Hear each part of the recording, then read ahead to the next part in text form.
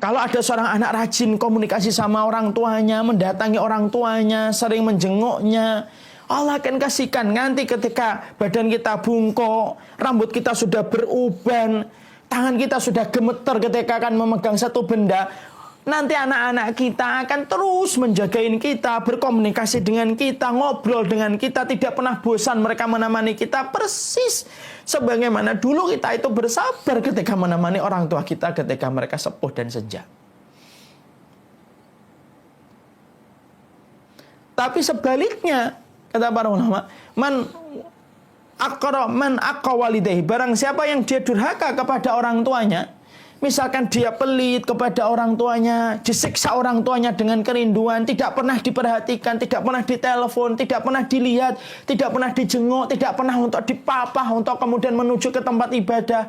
Demi Allah ya, siapapun anak yang hari ini memperlakukan orang tuanya semacam itu, Allah akan kirimkan dan Allah akan cetak anaknya memiliki tabiat dan memiliki karakter persis sebagaimana dulu dia memperlakukan orang tuanya semacam itu. Kalau kita hari ini siksa orang tua kita dengan kerinduan, tidak kita telepon, tidak kita komunikasi, tidak pernah kita datang untuk menanyakan apa yang beliau inginkan, tidak apa-apa. Silakan aja kalau pengen kayak gitu. Tapi jangan kaget. Kalau pada satu waktu kemudian Allah akan kirimkan anak kepada kita yang dia tidak pernah nelpon kita, menyiksa kita dengan kerinduan ketika tidak pernah berkomunikasi dengan kita, membiarkan kita dan lain sebagainya, persis gitu. Cash dan kontan, persis sebagaimana dulu perlakuan kita kepada orang tua kita. Maka inilah yang menjadikan akhirnya kita ini, ya Allah, ya Rahman gitu. Orang tua itu nggak main-main. Orang tua itu min ausati babil jannah, kata Rasulullah. Ausat itu tengah, pintunya tengah surga, yang paling indah itu yang paling tengah. Dan itu adalah bagaimana kita mendapatkan keridhaan orang tua. Mungkin saya sering sampaikan di banyak kesempatan gitu. Ada sebuah kisah, ada seorang anak gitu. Ketika kisah ini disampaikan Syekh Quraifi gitu. Ada seorang anak yang kedapatan bapaknya itu bersama dengan dia gitu. Setelah meninggal ibunya, tinggal sama bapaknya, dan bapaknya itu semakin sepuh, semakin renta gitu.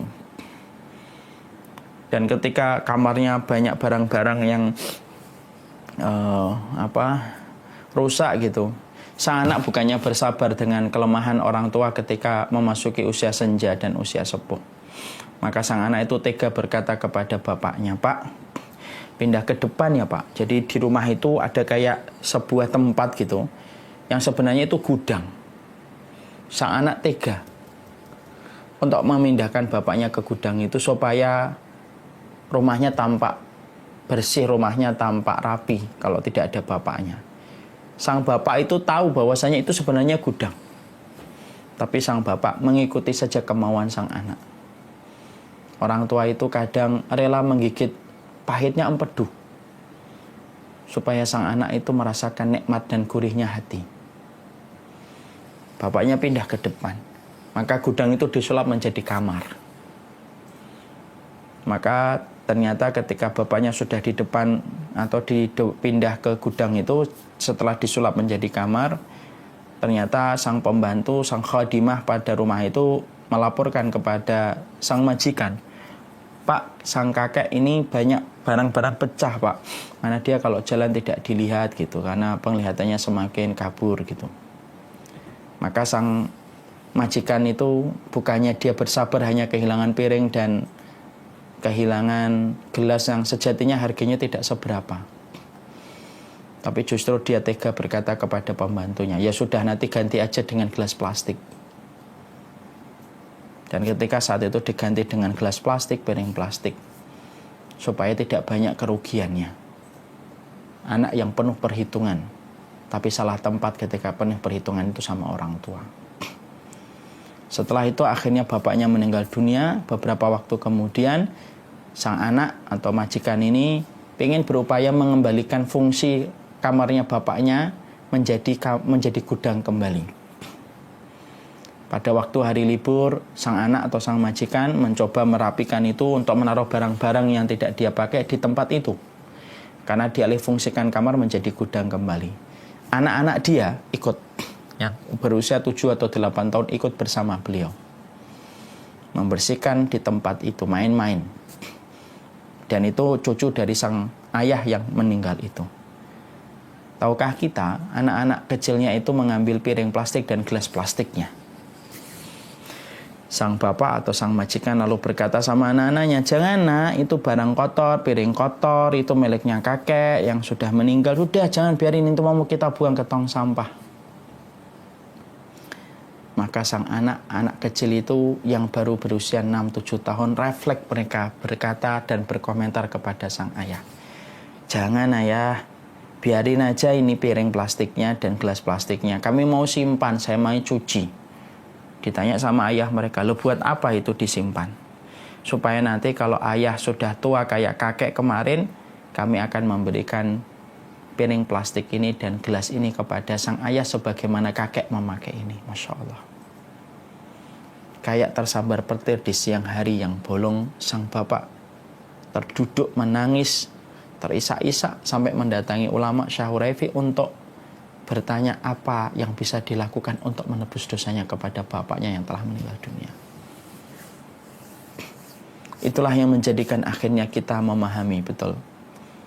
Semua kebaikan hidup kita hari ini itu bukan dari kita, tapi sejatinya dari ketulusan orang tua kita ketika terus mendoakan kita. Kesolehan kita itu bukan hanya berbanding lurus dengan sholat tahajud, puasa sunnah, taklim yang kita ikuti. Tapi sejatinya kesolehan kita itu berbanding lurus. Berbanding lurus dengan tingkat baktinya kita kepada orang tua kita dan ridhonya mereka pada kehidupan kita. Tidaklah kita diberikan kemudahan oleh Allah kecuali ketika kita menjaga kualitas kita bersama orang tua.